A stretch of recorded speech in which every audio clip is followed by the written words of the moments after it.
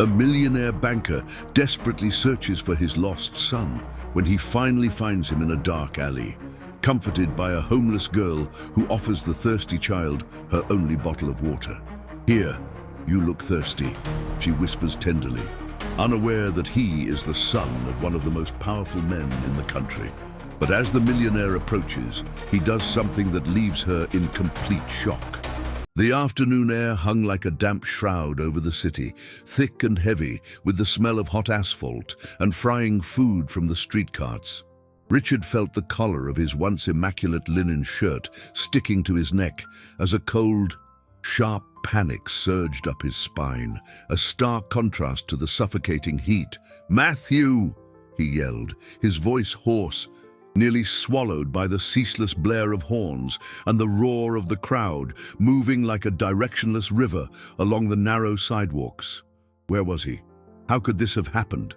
It had taken only a second, a single moment. He glanced away at a store window, and the small, soft hand of his son, which had held his with such confidence, simply vanished.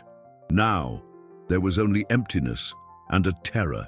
He, a man accustomed to controlling financial empires and predicting market shifts with surgical precision, had never imagined feeling.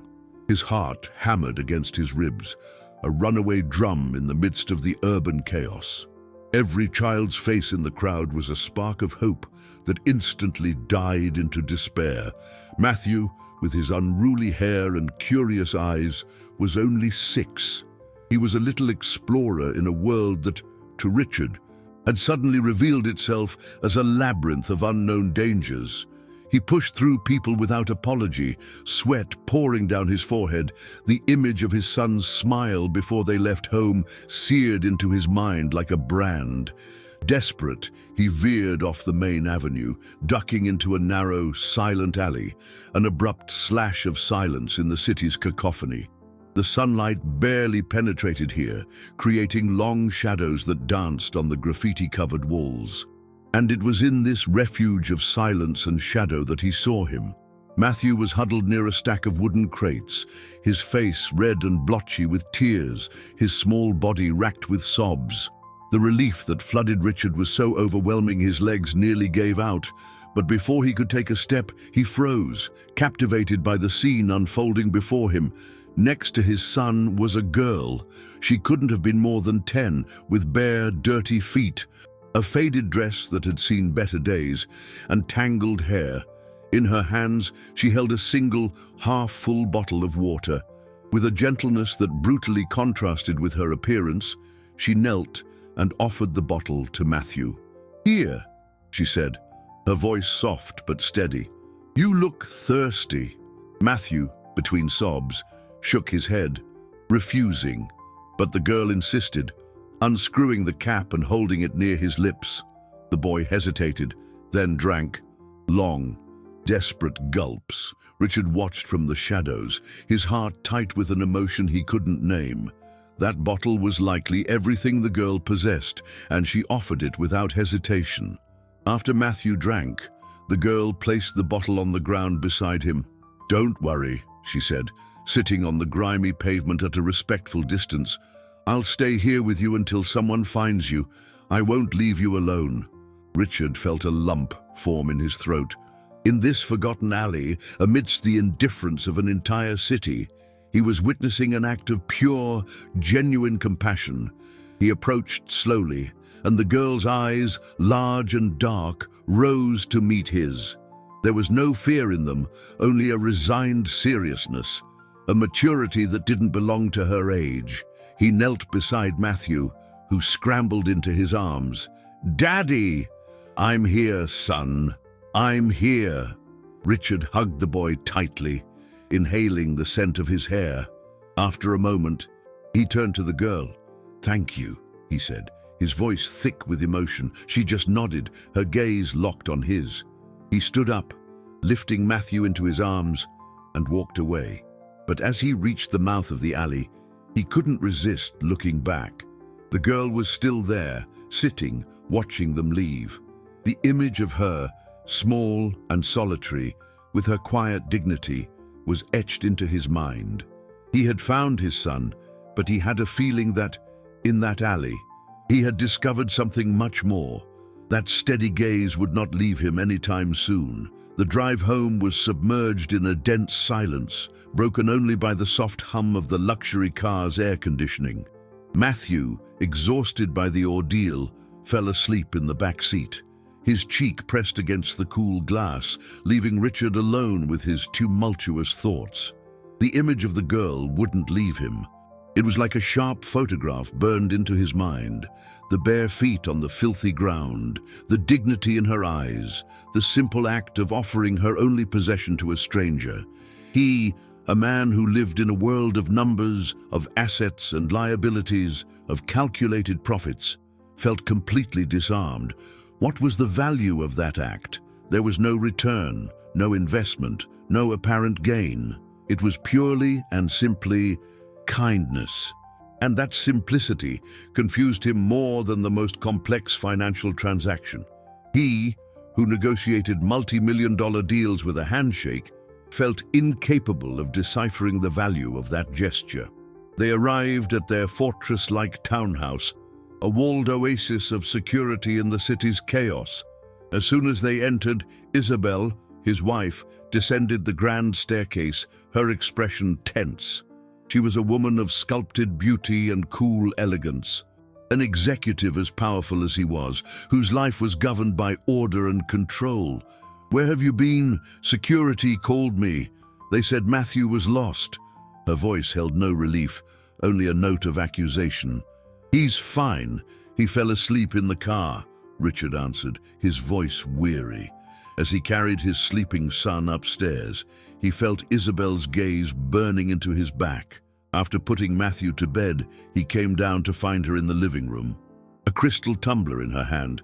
"What happened, Richard?" "It was my fault. A moment's distraction. That's all it took." He didn't want to go into details, not with her. He knew how she would react, but Isabel was sharp. "There was something else, wasn't there? I can hear it in your voice." Richard sighed, running a hand through his hair. "When I found him, he wasn't alone. There was a girl with him." "A girl?" she repeated, her perfectly sculpted eyebrow rising. "A street kid." She calmed him down, gave him the water she had. Isabel's expression hardened, shifting from concern to disgust in the blink of an eye. "A street kid? You let our son near one of those children?"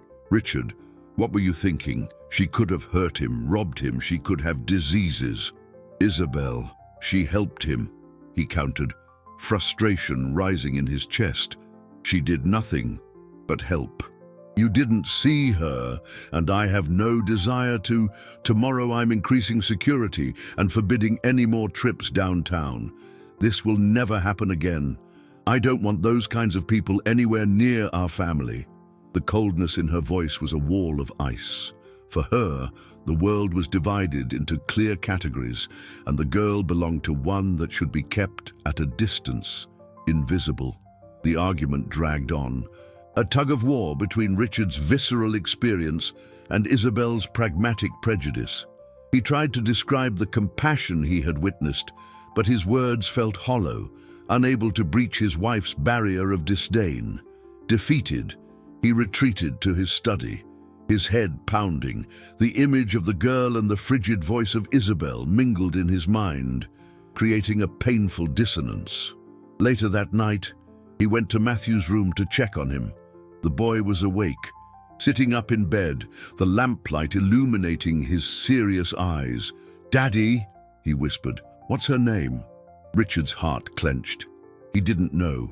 In the moment, he hadn't thought to ask. "I don't know, son." Matthew looked down at his hands, thoughtful. "She said she would stay with me.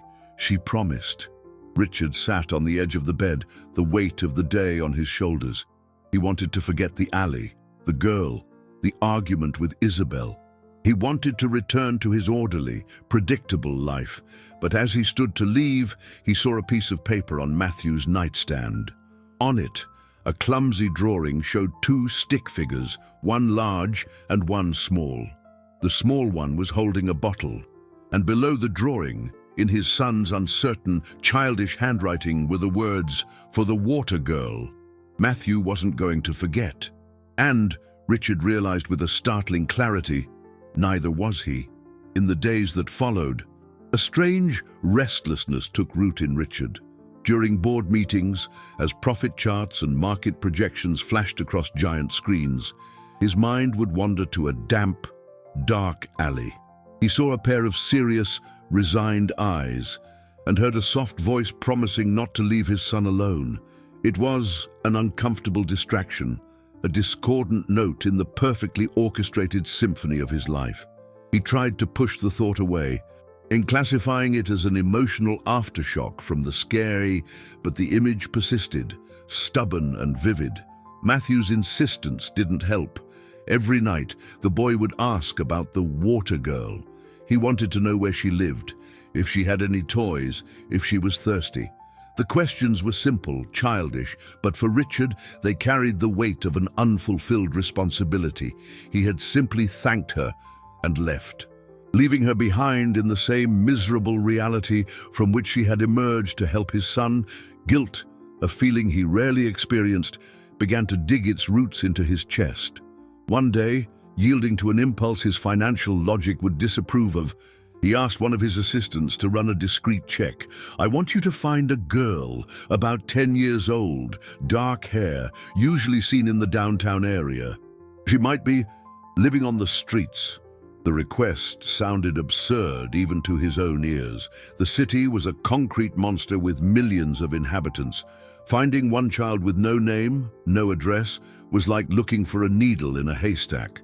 The assistant, an ambitious young man named Daniel, looked at him with poorly concealed surprise but nodded. "Sir, I'll do my best." Richard didn't expect results. It was more a gesture to appease his own conscience, to be able to tell himself he had tried. But 2 days later, Daniel walked into his office with a manila envelope in his hands. "Sir, I believe we've found her." Richard felt a jolt of adrenaline, a mix of anticipation and apprehension. He opened the envelope. Inside were a few photos taken from a distance and a brief report. The photos showed the girl. It was her, unmistakable. In one, she was selling small paper flowers to drivers stopped at a traffic light. In another, she pushed a makeshift cart piled with cardboard for recycling. The report was concise. Her name was Luna, and she didn't exactly live on the streets. She lived with her grandmother, a woman named Elvira, in a single rented room at the back of a dilapidated tenement building, just a few blocks from where Matthew had gotten lost. The grandmother was ill, suffering from a chronic respiratory condition that kept her from working. Luna was the sole provider for the household. The report detailed her routine. She woke before dawn to collect recyclables, then spent the day trying to sell trinkets or flowers, all to earn money for rent and for her grandmother's expensive medication. She didn't go to school. She didn't have time to be a child. Richard read every word, and the restlessness he felt morphed into something heavier, more profound. The girl who had shown such pure generosity was trapped in a brutal cycle of survival. Her gesture in the alley hadn't just been kindness, it had been a sacrifice. She had given his son a precious resource, something she herself desperately needed. That evening, the conversation with Isabel was even more tense. He told her what he had discovered, hoping, perhaps, for a spark of compassion. Instead, he found a wall of indifference. "Richard, what's your point?" she said, flipping through a fashion magazine. "There are thousands of stories like that in this city. We can't save the world." "I'm not talking about the world, Isabel. I'm talking about one child who helped our son. And you thanked her. The story ends there. If you get involved, this will never end. First, you give money. Then they want more. It's a bottomless pit. Think of our family's image, our partners. How would this look?" Her coldness hit him like a physical blow. He looked at the woman he shared his life with and, for a moment, felt as if he were facing a stranger. She saw the situation through the lens of risk, of public image, of damage control. He, for the first time, was seeing it through the lens of humanity. He stood up, the decision forming in his mind. "This isn't about our family's image. It's about doing the right thing. And what would the right thing be? She challenged, finally lowering the magazine, her eyes flashing. I don't know yet, he admitted, his voice firm. But doing nothing is not an option. He left the room, leaving her behind, the chasm between them wider than ever. Upstairs, he stopped at Matthew's door and heard the boy whispering to himself before sleep. Thank you, water girl. I hope you're not thirsty. In that moment, Richard knew he could no longer ignore what had started in that alley. He had to act, not just for Luna, but for his son, and, perhaps, for himself. Richard's decision to intervene in Luna's life wasn't impulsive, but calculated, like a strategic move on the chessboard of his life. He couldn't just show up at the tenement with a wad of cash. His experience told him that clumsy help often created more problems than it solved. Besides, there was her dignity. The girl who had met his gaze in the alley was not one to accept charity easily. He needed a plan, an approach that was subtle and respectful. He started by using his resources in a way he knew best: information. He had Daniel conduct a full assessment of Luna and her grandmother's situation. The details that emerged were even grimmer than he had imagined. The tenement landlord, a man known in the neighborhood for his cruelty, was threatening to evict them. The rent was 2 months overdue. Elvira, the grandmother, needed a specific medication that the city's public health clinics didn't regularly stock, forcing Luna to buy it at exorbitant prices from pharmacies. Every paper flower sold, every pound of cardboard collected, was a desperate battle against time. Richard's first step was anonymous. Through a charitable organization his bank had a formal partnership with, he arranged for the back rent to be paid off and guaranteed payment for the next 6 months. The landlord, surprised and annoyed at losing his leverage over the two, was forced to back down.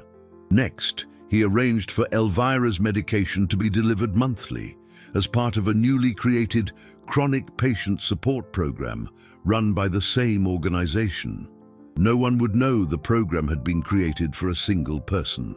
He felt a pang of satisfaction, the same kind he felt when closing a major deal. He was solving a problem, optimizing a situation, but the satisfaction was shallow, and he knew it.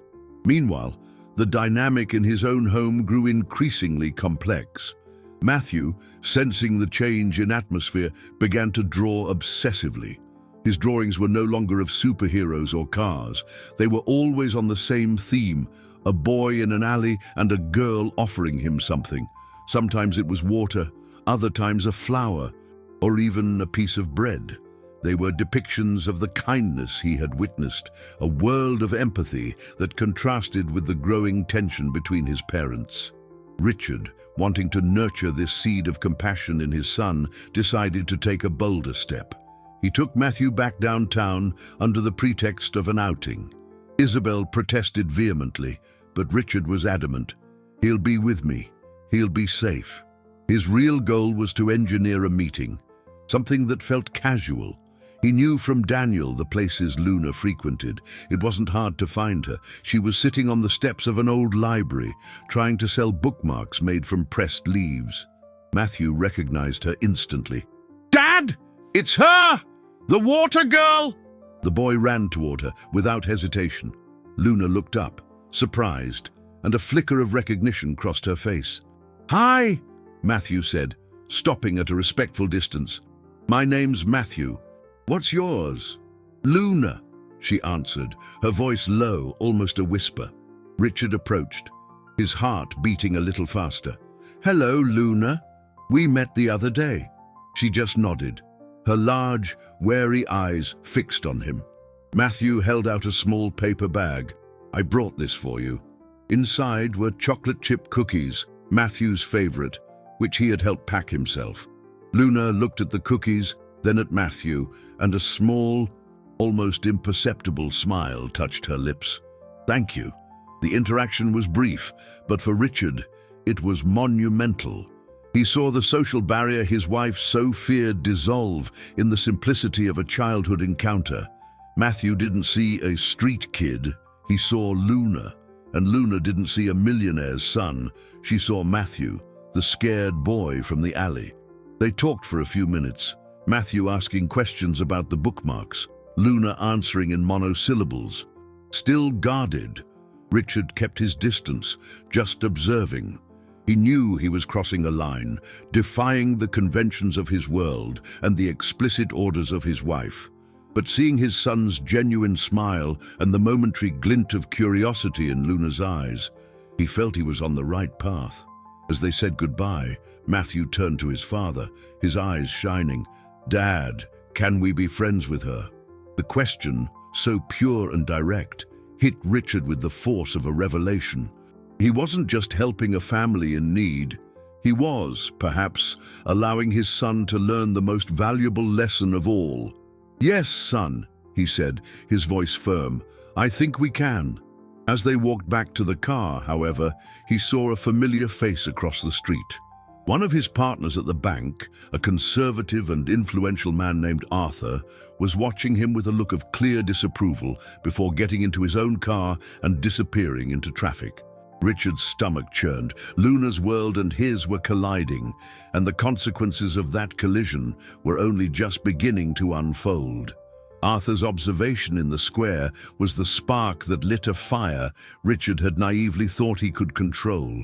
The world of the city's high society was small, a closed ecosystem where information, especially gossip, traveled faster than any stock trade.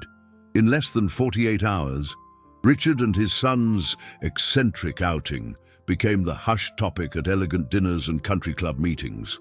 No one confronted him directly, but he felt the stares, the whispers that ceased when he approached. The elite, who so valued their performative philanthropy at televised galas, were uncomfortable with real charity, the kind that got its hands dirty and mixed with the dust of the streets. The greater pressure, however, came from his own home. Isabel was informed of the meeting by one of her partner's wives, and her fury was glacial. "You not only disobeyed me, Richard, you've exposed us to ridicule," she hissed that night in their bedroom. "People are talking. They're saying you've lost your mind, that you're getting involved with the riffraff."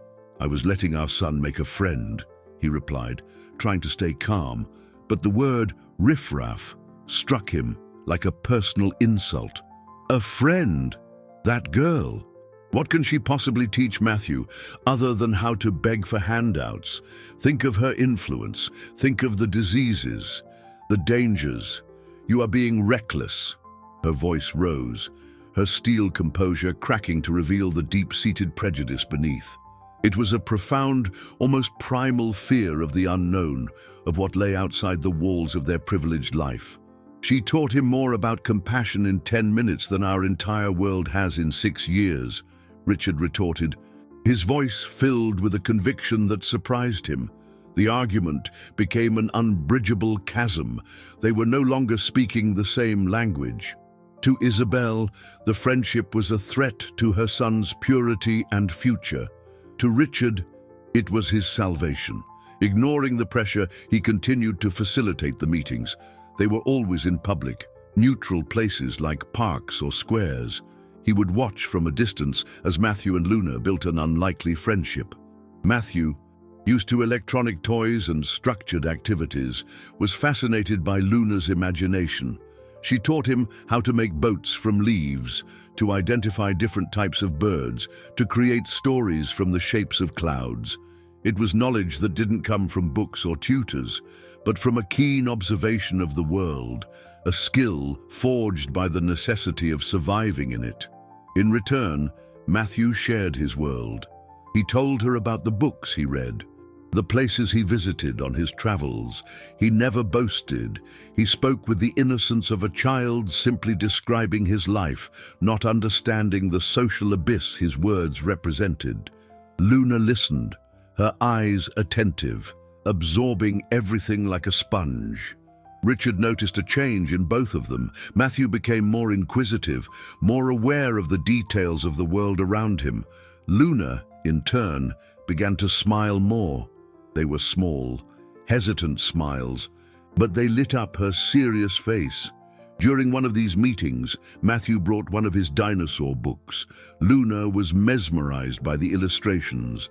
"I wish I could read like this," she confessed in a whisper, tracing the letters with her fingertip. The sentence, spoken without self-pity, hit Richard hard. He had secured her shelter and her health, but he had neglected the most essential thing, her future. That same afternoon, he contacted a former professor, an idealistic man who ran a small community school. He explained the situation and, once again anonymously, funded a full scholarship for Luna, including supplies and a uniform. The hardest part was convincing Elvira. Richard visited the tenement for the first time. The smell of mold and dampness, the dark hallway, and the smallness of the room they lived in were a punch to the gut. Elvira, a woman with frail bones and weary eyes, but an unshakable dignity, listened to him with suspicion. "Why, sir? Why so much interest in us?" "Your granddaughter helped my son when no one else did," Richard said, his voice sincere. "I just want to return the kindness." He explained about the scholarship, emphasizing that it was an opportunity earned by Luna's merit, not an act of charity. After a long conversation, Elvira agreed, tears shining in her tired eyes. Luna started school the following week. Seeing her in the uniform, still a little too big for her small frame, with a backpack on her shoulders, was one of the most rewarding sights of Richard's life. But his victory was bittersweet. That same night, Isabel confronted him with an ultimatum. "I know what you did. Enrolling that girl in a school. You are tying our lives to hers. I will not allow it. Either you cut off this absurd relationship now, or I will take measures myself to ensure that she and her family disappear from our lives for good." The threat hung in the air, cold and dangerous. Richard looked at his wife and saw not the woman he loved, but a ruthless guardian of a castle of privilege, willing to do anything to keep the outside world out. He knew she wasn't bluffing. The battle for his son's soul, and perhaps his own, had just become far more perilous. Isabel's threat was not empty, and Richard knew it. She was a woman of action, methodical and relentless when she felt her world was under attack. The tension at home became almost unbearable. Meals were silent, the mansion's hallways seemed longer and colder, and the chasm between them widened with every exchanged glance. Richard felt as if he were walking a tightrope, trying to balance his son's new friendship and the preservation of his family. He tried to reason, to appeal to logic. But Isabel had shut down completely. In her mind, he had opened a crack in the fortress she had built around them, and through that crack could enter all the dangers and impurities of the world she worked so hard to keep at bay. Her prejudice, he was beginning to realize, wasn't just snobbery. It was a deep, almost pathological fear rooted in something he couldn't comprehend. While the Cold War raged in his home, Luna's life was blossoming. School was a new and fascinating universe. At first, she was shy, withdrawn, conscious of her mended clothes under the uniform and her initial struggles with reading. But her mind was quick, nimble, and her hunger to learn was insatiable. Within a few weeks, she had not only caught up to her classmates, but had begun to excel. Teachers were impressed by her perceptiveness and her ability to ask questions that cut to the heart of the matter. Her friendship with Matthew deepened as well. Now they had a new world to share, the world of books and knowledge. They met on weekends, in the same park, and as Matthew read her passages from his favorite adventures, Luna would explain science concepts she had learned, like the photosynthesis of the very trees they sat under. They were two children from opposite worlds, building a bridge of knowledge and affection across the social chasm that separated them. Richard observed these meetings with a mixture of joy and dread. Every shared laugh between the children was a victory, but also the sound of a ticking clock. He knew Isabel wouldn't stand by, and the retaliation came in a way he hadn't expected. It wasn't a direct attack. It was subtle, surgical, and cruel. On a Saturday afternoon, while the children were playing in the park, an elegant woman approached Luna. Richard, sitting on a bench a few yards away, recognized her as one of Isabel's closest friends. The woman smiled, a smile that didn't reach her eyes, and began to talk to Luna. Matthew, oblivious, continued to play with a ball. The conversation was short. The woman handed Luna a small envelope and walked away. Luna stood frozen, staring at the envelope in her hands. When Richard approached, she looked up, and the expression in her eyes sent a chill down his spine. The spark of hope and curiosity he had worked so hard to nurture was gone, replaced by the old, familiar resignation. "What is it, Luna? What did she say?" Luna opened her mouth to speak, but the words wouldn't come. Instead, she handed him the envelope. Inside was a significant amount of cash and a note, written in elegant, slanted handwriting. "A gift to help you find a better place to live. Far from here." There was no signature, but Richard didn't need one. He would recognize Isabel's script anywhere. The message was clear. It was a bribe and an eviction notice, all in one. "Stay out of our world. Stay away from our son." The cruelty of the act left him breathless. Isabel hadn't tried to pull her from school or threaten her home. She had tried to buy her absence, to reduce her friendship with Matthew to a financial transaction, insulting the very core of Luna's dignity. "Luna," he began, not knowing what to say. But she cut him off, her voice steady despite the tremor in her lips. She pushed the envelope back at him. "I don't want the money." She turned to Matthew, who was now watching them, confused. "I have to go home," she said, her voice choked. And without a backward glance, she ran, disappearing among the park's trees. Matthew ran to his father, his eyes filled with tears. "Daddy, why did Luna leave? What did that lady say to her?" Richard knelt, clutching the crumpled envelope in his hand. How could he explain to his son the cruelty born of fear and prejudice? How could he tell him that the adult world was capable of poisoning the purest thing he had ever known? At that moment, he realized the battle was no longer just about protecting Luna or educating his son. It was a declared war against the darkness that resided in his own wife's heart, a darkness that now threatened to consume them all. And he didn't know if he had the strength to win. The incident in the park was the turning point, the final straw that turned the latent tension into an open, devastating confrontation. Richard returned home that day with a cold fury he rarely felt. Matthew, silent in the back seat, seemed to have aged years in a few hours. The innocence in his eyes had been replaced by a confused, profound sadness. He found Isabel in the library, reading calmly, as if nothing had happened. Her tranquility was the most maddening part. He threw the envelope of money onto the mahogany desk. The muffled thud broke the heavy silence. "How could you?" he said, his voice low and controlled, which made it all the more menacing. Isabel looked up from her book, not a flicker of surprise on her face. "I did what was necessary. I told you I would take measures." "Necessary? You call humiliating a child necessary?" Trying to buy her silence, as if she's a problem to be disposed of. "She is a problem," Isabel shot back, rising to her feet, her calm finally breaking. "She is a problem for our son's safety and his future. I am protecting our family, Richard, something you seem to have forgotten.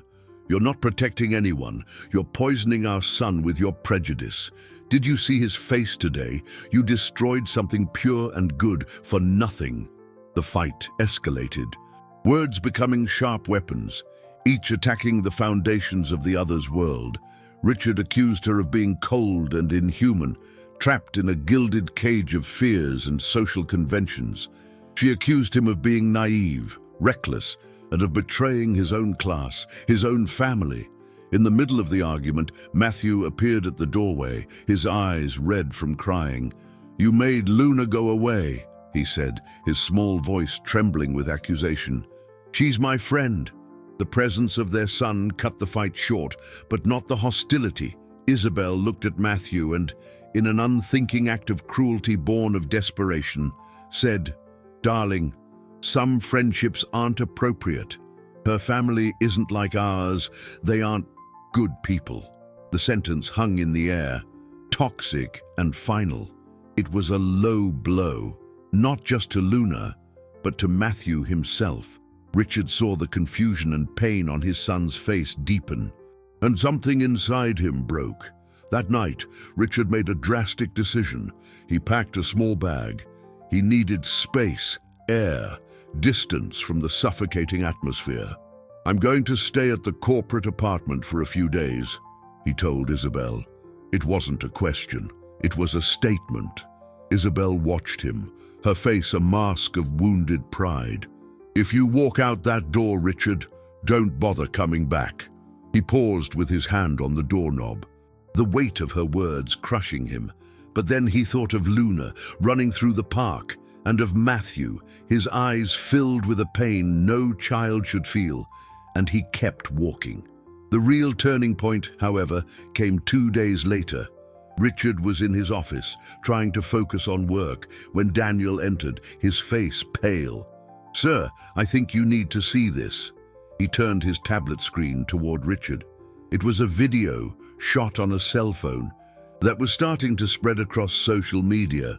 The footage was shaky but unmistakable. It showed the confrontation in the park.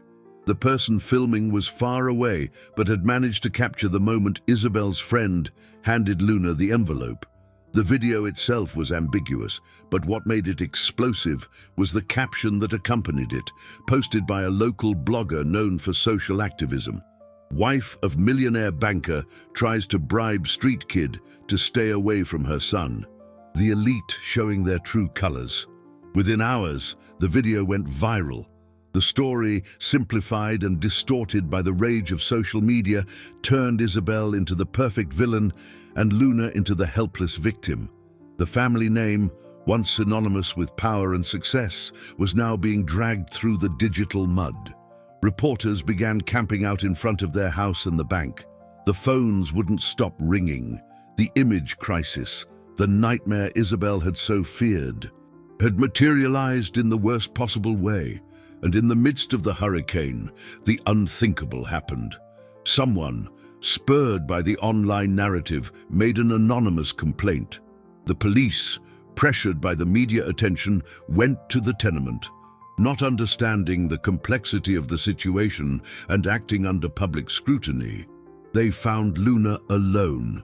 Elvira had gone out for a rare doctor's appointment. Under a vague pretext of child endangerment and investigating a situation of risk, they took her. Luna was temporarily placed in the custody of Child Protective Services. Richard got the news by phone and felt the floor disappear from beneath his feet. Isabel's attempt to push Luna away had not only failed, it had resulted in a catastrophe. The girl he had sworn to himself to protect had been torn from her home and her grandmother, trapped by the very system that was supposed to protect her. The war was no longer cold. The consequences were now real, devastating, and completely out of his control. Richard's world crumbled with the speed of a house of cards in a hurricane. The news of Luna's removal by CPS hit him not just as a personal failure, but as a moral catastrophe. The girl he had tried to help, whose life he had subtly improved, was now entangled in the cold, impersonal bureaucracy of the state, all because of a chain of events he himself had inadvertently set in motion. The media scandal exploded. His family's image, once polished and untouchable, was now in tatters. Newspapers splashed photos of his townhouse next to grainy images of Luna's tenement. TV commentators debated social inequality, using his family as the ultimate example of wealthy arrogance. Isabel, who had always controlled her public image with an iron fist, was in a state of shock, locked away in the house, refusing to speak to anyone. The irony was brutal. In her attempt to protect her image, she had utterly destroyed it. But for Richard, public opinion was just background noise. His only concern was Luna. He mobilized his bank's top legal team, men accustomed to billion-dollar corporate litigation, and threw them at a case that was, for them, unnervingly small and human. The task was simple and yet Herculean. Get Luna out of the system and back to her grandmother as quickly as possible. The bureaucracy, however, was a many-headed monster.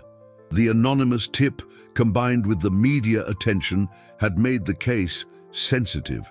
The social workers were cautious, the procedures slow.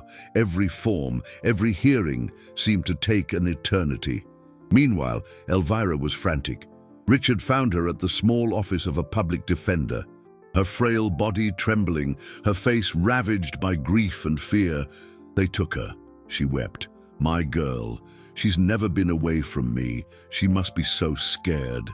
Richard felt a wave of shame so intense he could barely look at her.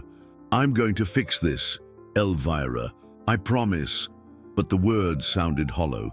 Even to him, the person suffering most in the chaos was Matthew, kept home from school because of the media siege. He wandered the house like a little ghost. He didn't understand the headlines or the staff's whispers, but he understood the essence of what had happened. Luna was in trouble because of his family. His sadness morphed into a quiet anger, directed mostly at his mother. He refused to speak to Isabel.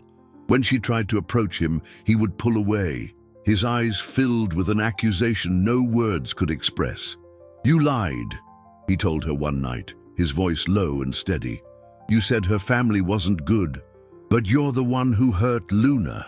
The indictment from her own son was the final blow to Isabel's pride. She found herself isolated, judged by the outside world and condemned by her own family. Matthew's silence and scorn were a mirror reflecting the ugliness of her actions, and she couldn't bear to look at her own reflection. Richard spent his days in meetings with lawyers and his nights sleepless, guilt gnawing at him. He visited Elvira, bringing food and ensuring she wasn't left helpless, but he knew they were small gestures against the abyss that had opened up. The friendship between the two children, which he had seen as a bridge, had become a battlefield, and Luna was the primary casualty. In a flashback, Richard remembered a conversation with his own father years ago. His father, a man who built the banking empire from scratch, was pragmatic and tough.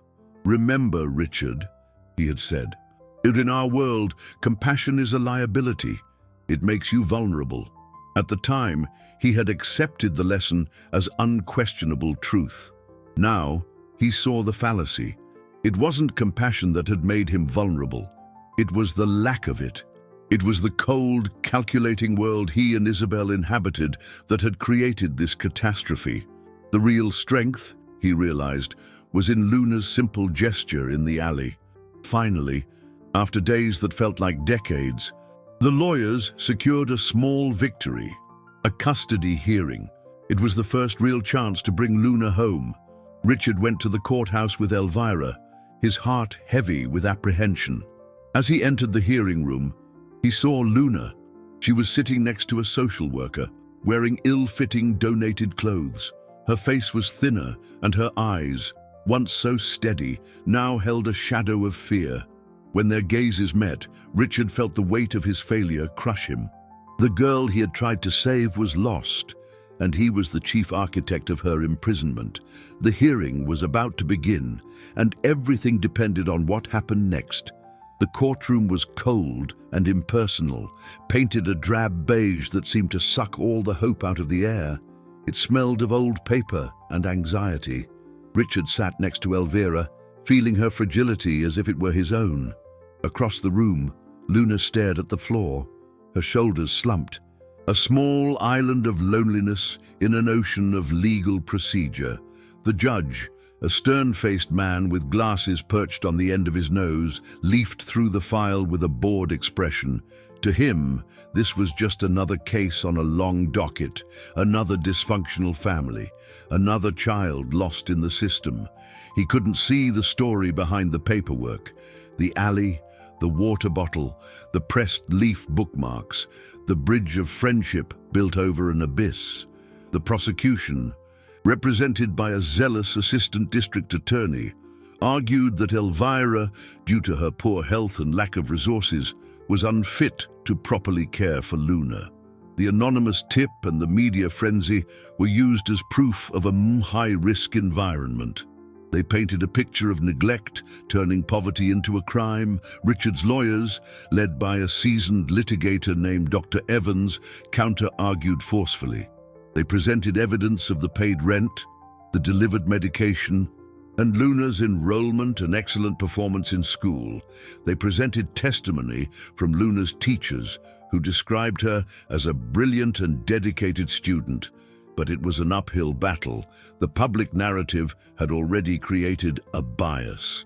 In the middle of the hearing, the prosecutor called an unexpected witness.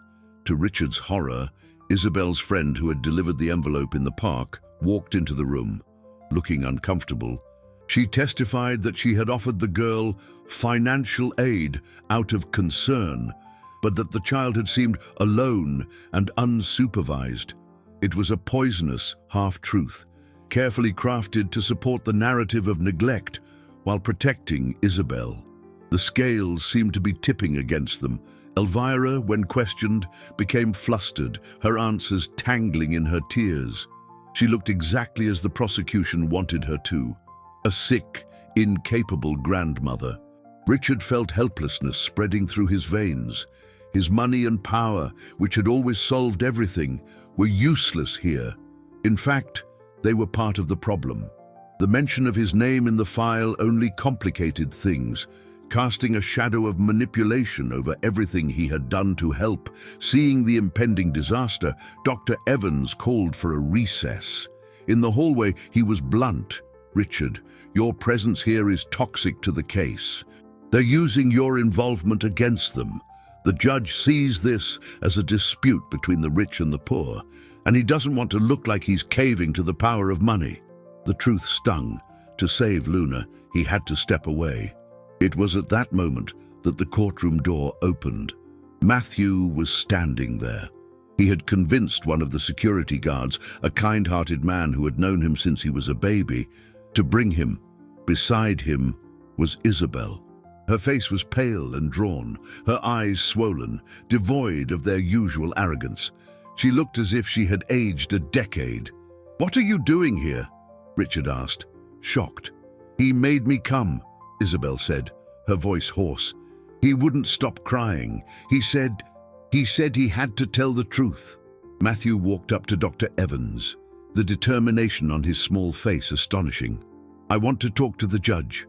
I want to tell him about Luna."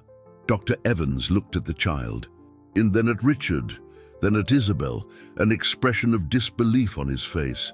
Putting a child on the stand was risky, unpredictable, but as he looked into Matthew's eyes, he saw a sincerity that could perhaps cut through the web of lies and prejudice that had been woven. "All right, kid," the lawyer said, making a bold decision. "Let's see what the judge has to say." When the hearing resumed, Dr. Evans made the unusual request. The prosecutor objected, but the judge, his curiosity overcoming his boredom, allowed it. Matthew climbed into the witness chair, his feet barely touching the floor. A profound silence fell over the room. "What's your name, young man?" the judge asked, his voice a little softer. "Matthew. And what do you want to tell us about your friend, Luna?" Matthew took a deep breath and began to speak. With the clarity and simplicity of a child, he told the story from the beginning. He talked about being lost, about the fear and the thirst. He described how Luna, a stranger, had given him her only bottle of water and promised to stay with him. He talked about the cookies, the dinosaur books, and the clouds. He didn't talk about money, social class, or scandals. He talked about friendship. "Luna is my best friend," he said, his voice cracking. "She's good. She takes care of her grandma. It's not her fault. It's our fault." He looked directly at his mother. "My mom was scared. She doesn't know Luna. If she knew her, she would like her too." Matthew's testimony, so pure and disarming, changed the atmosphere in the room. The legal complexities and social prejudices dissolved in the face of a child's simple truth. Isabel, hearing her son's words, began to cry, silent sobs that shook her body. They were the first tears of true remorse Richard had ever seen her shed. The judge looked at Matthew for a long moment, then at Isabel, and then at Luna. He cleared his throat, his mask of severity cracking. "I think I've heard enough," he said, his voice heavy with an unexpected emotion. The decision had not yet been made, but for the first time, a sliver of light pierced the darkness of that courtroom. Matthew's words hung in the air, creating an emotionally charged stillness. The judge, visibly moved, took off his glasses and rubbed his tired eyes. He looked at the prosecutor, whose technical arguments now seemed trivial and cruel compared to the boy's sincerity. Then his gaze settled on Isabel. She was undone, her armor of pride and control completely shattered. In that moment, she was not a powerful executive, but simply a mother confronted with the pain she'd caused her own child. The judge asked Isabel to approach the bench. She did so hesitantly, her steps uncertain. "Ma'am," he said, his voice firm but without its earlier harshness, "your son has shown more wisdom and character than most of the adults in this room. The complaint that brought this child here was motivated by a video and a public narrative. But it seems clear to me now that the source of all this suffering was an act of fear and prejudice, an act by your family." He paused, letting the words sink in. "I am dismissing this case and releasing the child to her grandmother's custody, on the condition that you publicly retract any insinuation or complaint that led to this situation." It was more than a court order. It was a demand for redemption. Isabel looked at Matthew, who was watching her with hopeful eyes, and then at Luna, whose expression was a mixture of relief and exhaustion. I will," Isabel stammered. "I'll retract everything." The gavel fell, the sound echoing in the room like a final punctuation mark on a chapter of pain. The relief was immediate and overwhelming. Elvira rushed to embrace Luna, a frail, desperate hug that contained weeks of fear and longing. Richard felt the knot in his stomach finally release, but the feeling of victory was overshadowed by shame. Luna's freedom should never have been something to be won in a courtroom. Outside, the press was still waiting, but this time, something was different. Isabel, instead of hiding, walked directly toward the microphones. With Richard by her side, Matthew held her hand tightly. In a voice that trembled but gained strength with every word, she made a statement. It was not a cold, corporate retraction. It was an apology. She admitted her mistake, her prejudice, and the pain her actions had caused Luna and Elvira. She praised Luna's courage and the kindness she had shown her son. "I was wrong," she concluded, looking directly into the camera. And I hope one day to be forgiven." The statement was a shock to the media and the public, coming from a woman known for her inflexible demeanor. The public confession of her failure was powerful. The scandal, which had fed on the narrative of a rich, arrogant villain, began to lose steam. The story became more complex, more human. Later that day, Isabel insisted on going to the tenement. Richard accompanied her, unsure of what to expect. Elvira and Luna met them at the door of their small room. The silence was heavy. Isabel carried a basket of food and an envelope. She held it out to Elvira.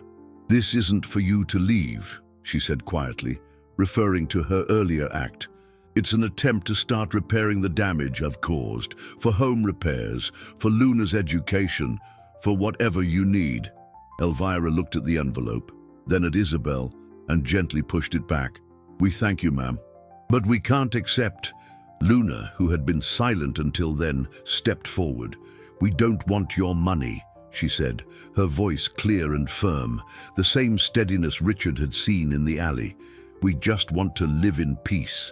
We want our dignity back." The refusal was more stunning than any accusation. It wasn't pride, it was principle. Luna was not for sale. Her friendship with Matthew had no price. Her dignity could not be bought or repaired with money. Isabel was speechless. For the first time in her life, she was faced with a problem her power and wealth could not solve. She had broken something precious, and the only thing that could fix it, trust and respect, was not in that envelope. She just nodded, tears streaming silently down her face. "I understand." As they left, Richard looked at his wife. She was changed. The crisis had broken her, but perhaps, in the process, it had opened her up to something new. The journey home was silent, but it wasn't the hostile silence of before. It was a reflective quiet, full of unspoken questions and an uncertain future. They had won the battle in court, but the war for their family's values was far from over. And Richard knew that the person who needed to change the most wasn't him, but the woman sitting beside him, who was finally beginning to understand the true cost of her fears. The years following the courtroom storm were like a long, slow dawn. Life did not return to what it was. The rift that had opened in Richard's family was too deep to be simply mended. Instead, they learned to live in a new landscape, one shaped by the painful lessons they had learned. Isabel's public confession and Luna's dignified refusal of the money changed the narrative. The media frenzy subsided, replaced by a reluctant respect. The family, once seen as a monolith of arrogant privilege, now showed fissures of humanity. Isabel began a slow, difficult transformation. She withdrew from social life, abandoning the circles where prejudice was an accessory as common as jewelry. She started dedicating herself to social causes, not with the distance of a check-signing patron, but with hands-on, discreet involvement. She began visiting shelters, listening to stories, trying to understand the world she had so feared. It was not an easy or quick redemption. She was often met with suspicion. The wounds her prejudice represented were societal, deep, and did not heal easily. But she persisted, driven by the memory of her son's disappointed gaze. Her relationship with Richard changed. The passion and business partnership that had united them gave way to a wary respect, a camaraderie forged in crisis. They were parents, bound by their love for Matthew, but the emotional chasm that separated them never fully closed. Richard Kahn, for his part, found a new purpose. He continued to support Luna and Elvira, but in a different way. Respecting their refusal of direct handouts, he used his influence to create opportunities. He ensured Elvira had access to the best ongoing medical care, not as a gift, but through an expanded corporate health program. For Luna, he became a mentor. He encouraged her to dream big, to pursue her interests. When she showed an incredible talent for mathematics and logic, he gifted her books and connected her with tutors, always framing it as an investment in a promising talent. The friendship between Luna and Matthew was the golden thread that stitched this new reality together. They grew up together, the bridge between their worlds becoming a well-trodden path. Matthew would spend weekends in Luna's neighborhood, helping her tend to the small garden she planted in the tenement's courtyard, while she would visit the townhouse, fascinated by the vast library. They were a constant reminder to the adults of the power of human connection over social barriers. Time passed. Matthew's unruly hair gave way to a more serious cut, and the skinny girl in the faded dress became a young woman with an intelligent gaze and a confident smile. Luna graduated from high school as valedictorian, earning a full scholarship to the best university in the country to study economics. Matthew, following in his father's footsteps but with a different set of values, chose to study social justice law. Years later, the scene repeated itself, but differently.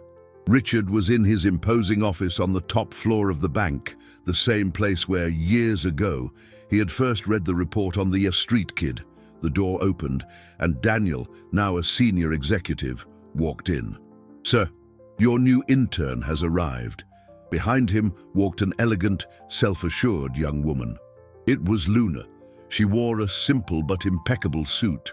Her eyes, the same steady eyes Richard had never forgotten, shone with intelligence and determination. She had earned her place there on her own merit through a competitive internship program. "Luna," Richard said, rising, a genuine smile on his face. "Welcome." "Thank you, Mr. Alistair," she said, her voice calm and professional. At that moment, the office door opened again. It was Matthew. Now a young lawyer stopping by to visit his father. His eyes met Luna's. An electric silence filled the room. They hadn't seen each other in a few months, both busy with their final year of university. But in that reunion, in the heart of Richard's empire, something shifted. They were no longer children. They were a man and a woman, bound by a history no one else could understand. The look they shared was not just of friendship, there was something deeper, a promise of a future. Isabel, who had arrived to meet Richard for a rare family gathering, stopped in the doorway, observing the scene. The reunion of Matthew and Luna in the very symbol of her family's power. A shadow crossed her face, a complex mix of emotions. And then she spoke, her voice carrying an old bitterness Richard thought had long been buried. "So it's true what they say," she said, her voice chillingly cold, cutting through the moment. "History always repeats itself. You have no idea who her family really is. You don't know what they did to mine." The accusation, coming from nowhere, stunned everyone. Richard turned to her, confused. "Isabel, what are you talking about?" "I'm talking about my mother," she said, her eyes fixed on Luna, filled with an ancient, venomous grief. "I'm talking about how her grandmother left her to die." The revelation was a bombshell, unearthing a family secret that threatened to destroy the fragile peace they had all worked so hard to build. Isabel's accusation landed in the room like a shard of ice, freezing the air and time itself. The words, "left her to die," echoed in the stunned silence, laden with a poison that seemed to have been stored for decades. Luna went pale, shock and confusion written on her face. Matthew instinctively took a step forward, as if to shield her from the verbal assault. Richard stared at his wife, trying to decipher the storm in her eyes.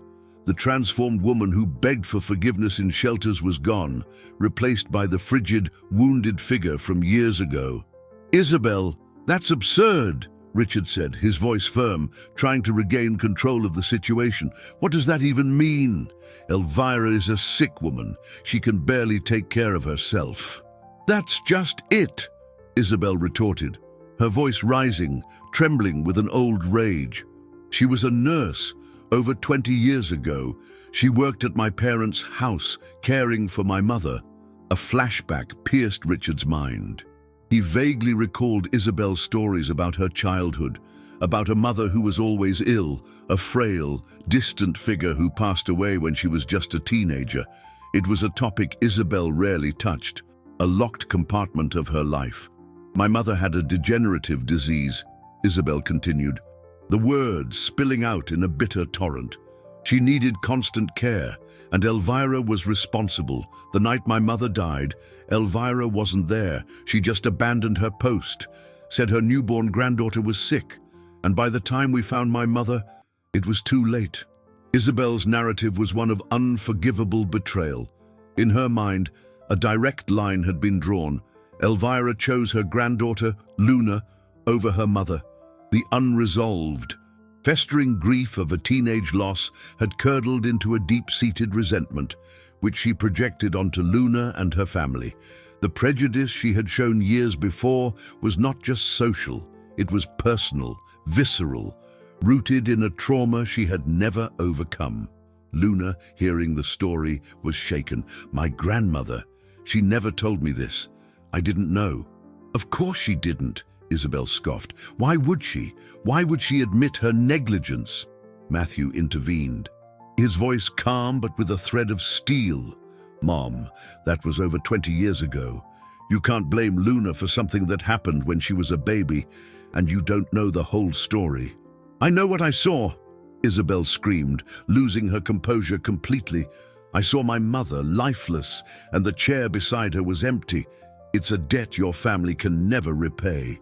The atmosphere was charged, Isabel's pain palpable, but her accusation was cruel and unjust. Richard, seeing the anguish on Luna's face and the protective resolve on Matthew's, realized this was the moment of final rupture, years of fragile peace, of slow change, all unraveled in that room. "That's enough, Isabel," he said, his voice resonating with an authority she hadn't heard in a long time. "This conversation is over." "No, it's not," she challenged. "As long as this girl is near our family, the shadow of what her family did will be upon us." It was Matthew who delivered the final blow. He walked to Luna's side and took her hand. The gesture was simple but definitive. He turned to his mother, his eyes clear and steady, without anger, only a deep, resolute sadness. Then, "As of today, I'm no longer part of this family," he said. "If the price of staying by your side is living with your hatred and your baseless accusations, then I choose Luna. I choose a life where the past isn't used as a weapon to hurt people in the present." The declaration was a devastating blow to Isabel. It was the realization of her greatest fear, losing her son, but she had been the architect of her own loss. Her resentment blinding her to the love right in front of her, Richard looked at his son and the young woman beside him. He saw their strength, the unshakable loyalty that bound them, and, in a moment of blinding clarity, he made his choice too. He stepped away from Isabel and moved to stand with Matthew. "Your son is right, Isabel. You need to choose between your past and your future, but they won't wait forever." Isabel stood alone in the middle of the lavish office, the silence ringing around her. She had won the argument in her own mind, but she had lost everything that mattered. Tears of anger, frustration, and finally, of crushing loneliness began to stream down her face. Meanwhile, Matthew and Luna walked out of the building hand in hand, leaving the world of power and wealth behind. They stepped into the afternoon sunlight with no clear plan, without the financial security Matthew was accustomed to, but together. They were choosing each other, facing an uncertain future, but free from the weight of a past that did not belong to them. The tension had climaxed, not with a shout, but with a quiet, irrevocable choice that would change the course of their lives forever. The break was total and silent. Matthew didn't look back. He and Luna left the bank and walked aimlessly through the city streets, the traffic's roar a stark contrast to the quiet between them. There was no need for words. The choice had been made, and now they faced the vast, frightening territory of after. They ended up at the small apartment Matthew had rented near the university, a modest place that now felt like a sanctuary. That night, amidst boxes of books and simple furniture, Luna finally broke the silence. "You didn't have to do that, Matthew. Give up everything for me." "I didn't give up anything," he replied, his voice full of a certainty that calmed her. I chose you. I chose peace, my father's wealth, my family's name. None of it is worth it if it comes with the poison my mother carries." As they began to build a new life, simple and based on their own efforts, Richard found himself at a crossroads.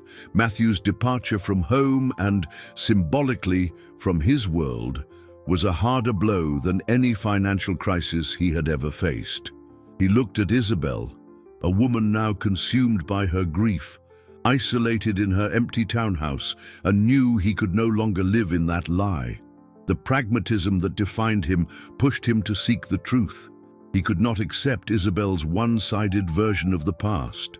Using his resources, he hired a private investigator, not to prove Isabel wrong, but to understand what truly happened that night over 20 years ago. The truth, when it came, was simpler and more tragic than Isabel's narrative of betrayal.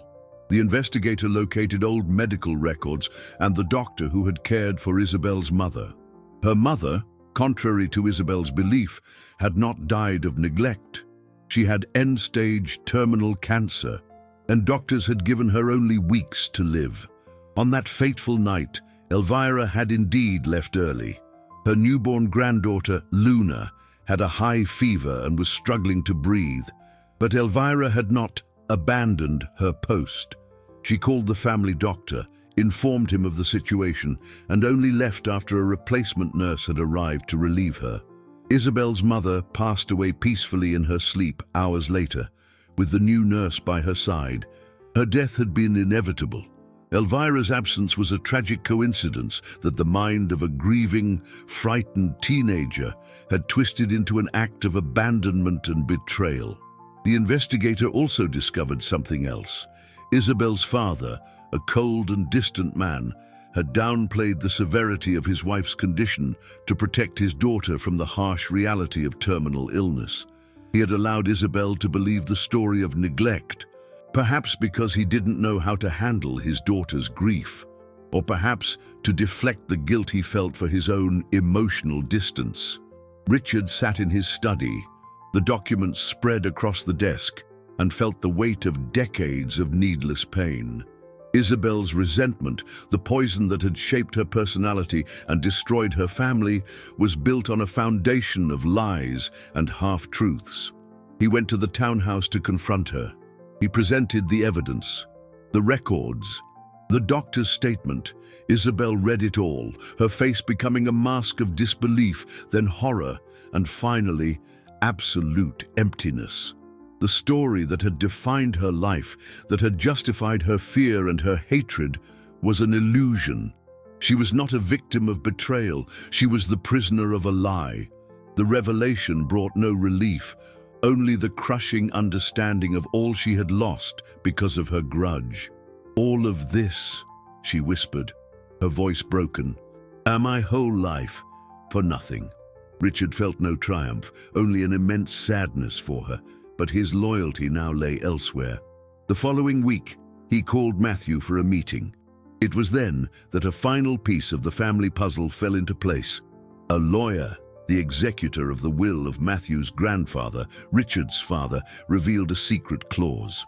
The old banker, pragmatic to the end, had foreseen Isabel's destructive influence. He had left a substantial portion of his fortune directly to his grandson, a trust fund that would only be released under two conditions: that Matthew complete his higher education and that he demonstrate total independence from his mother, both financially and emotionally.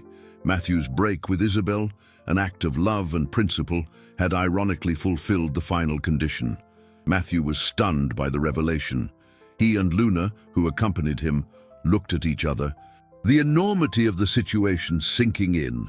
They had chosen a simple life, away from the money they believed to be the root of so many problems.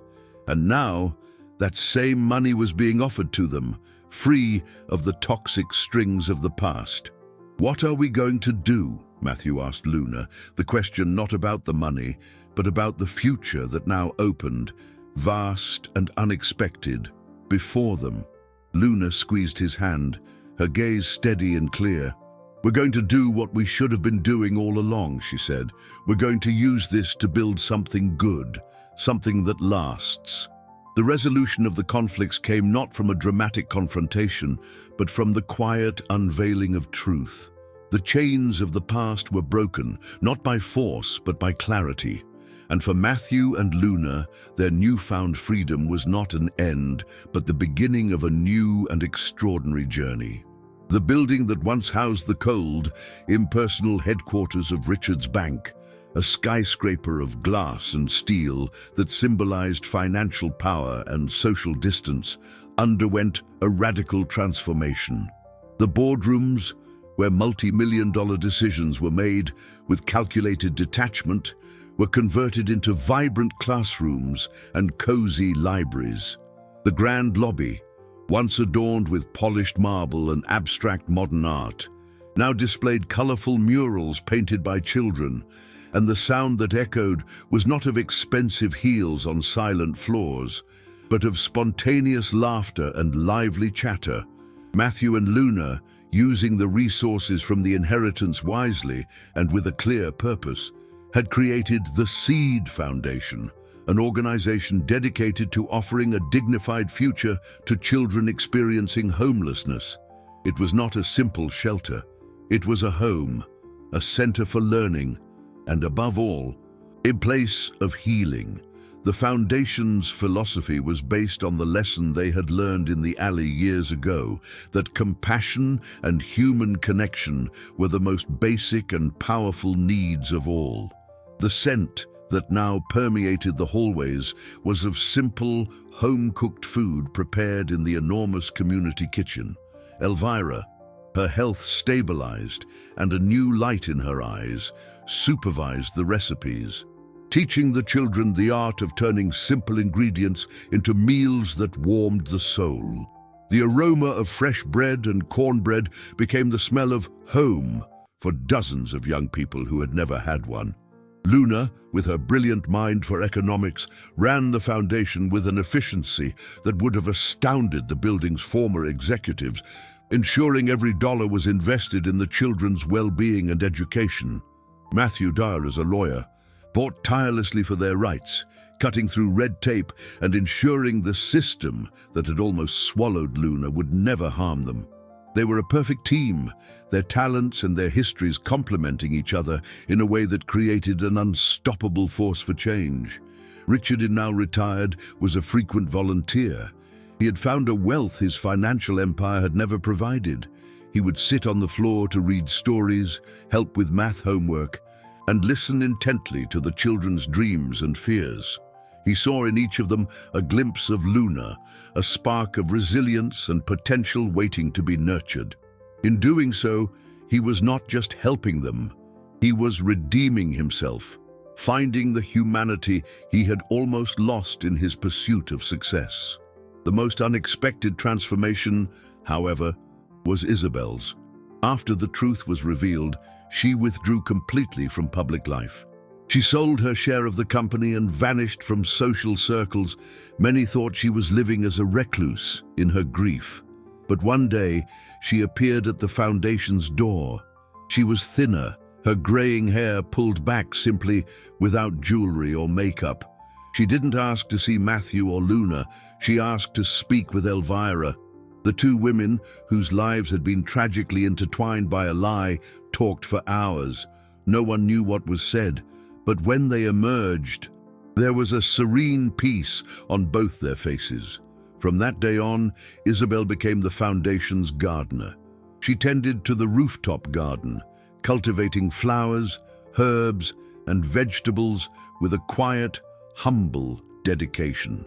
It was physical work that dirtied her hands, an act of both penance and creation. She rarely spoke, but her work spoke for her, bringing life and color to a once sterile place. She never fully rebuilt the relationship with her son. The wound was too deep, but there was a silent understanding, a mutual respect for each other's journey. The story ended on a sunny afternoon in the rooftop garden. Matthew and Luna, now married, watched the children play. A small girl, looking much like the Luna of the past, ran to a younger boy who had fallen and scraped his knee. Without hesitation, she helped him up, wiped his tears, and hugged him, promising everything would be okay. A new cycle was beginning. The act of compassion, so pure and powerful, was repeating itself, planted like a seed in the hearts of the next generation. They had learned that the greatest riches were not found in bank vaults, but in authentic gestures of solidarity, that no adversity, no prejudice, no injustice should be accepted without a fight, and that love, in its most genuine form, was the only inheritance that truly mattered.